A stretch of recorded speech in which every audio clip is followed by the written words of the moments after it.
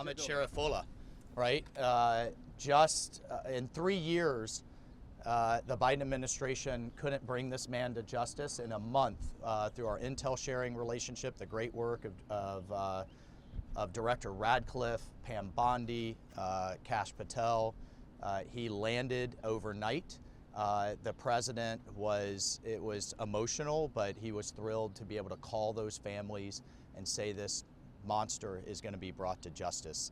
I mean, and I have to tell you, it was an emotional and incredible moment for me, especially for Steve Nakui, the father who was literally arrested the last State of the Union when he just kind of lost it emotionally and was just so frustrated and upset that Afghanistan in 4 years was never brought up in Biden's State of the Union. So it was an amazing night, and both Director Radcliffe and the Attorney General were out to thank the agents as this monster got off the plane and is being brought to justice.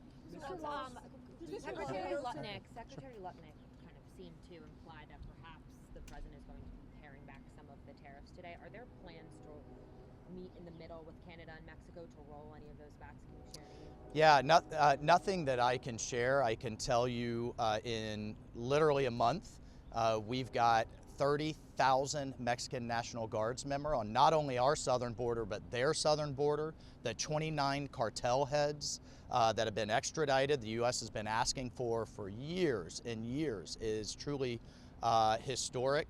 The movement against third country migrants is something that we still need to see, but we have seen more of, but we've seen incredible movement on the part of the Mexican government, but we need to see more. On Canada, we're talking about additional border security. Their borders are cutting off fentanyl, but also things like Arctic security, northern bases, and other pieces that we need to see as part of this tariff negotiation. So, but I don't have anything to add in terms of the timing or what may or may not happen today. Mr. Waltz, Yeah, did the U.S. pause intelligence sharing with Ukraine, and is it still paused right now? We have taken a step back and are pausing and reviewing all aspects of this relationship. But I just got off the phone before I walked out here with my counterpart, the Ukrainian National Security Advisor. We are having good talks on a location for the next round of negotiations, on delegations, on substance. So just in the last 24 hours, since the public statement from Zelensky, and then these subsequent conversations, which I'm going to walk inside and continue, I think we're going to see movement in very short order. On NATO, do you think the U.S. would ever relinquish leadership in NATO as you move to having Europeans take control?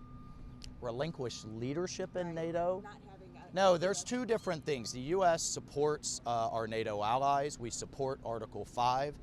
It is notable that our defense budget is nearly double all of the other NATO members combined. So we still need to see that movement. I know a lot of people make, kind of hay over the 5%, yet ours is 3%. Well, they need makeup money. They have a long and decades-long hole to dig out of. That's very different than the U.S. committing to militarily support U.S. troops in a non-NATO country. For example, the French had troops in Mali. We didn't have an Article 5 commitment if those troops were attacked in Mali, nor are we looking to have that type of commitment to any European troops deployed to Ukraine. That doesn't mean that we're going to not have supporting efforts or things need to be negotiated.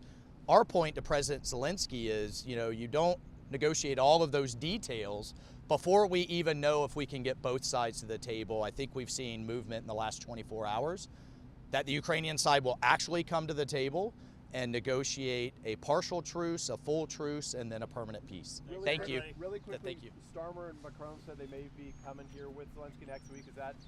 Congressman, is that a way to characterize? Okay. Make sure.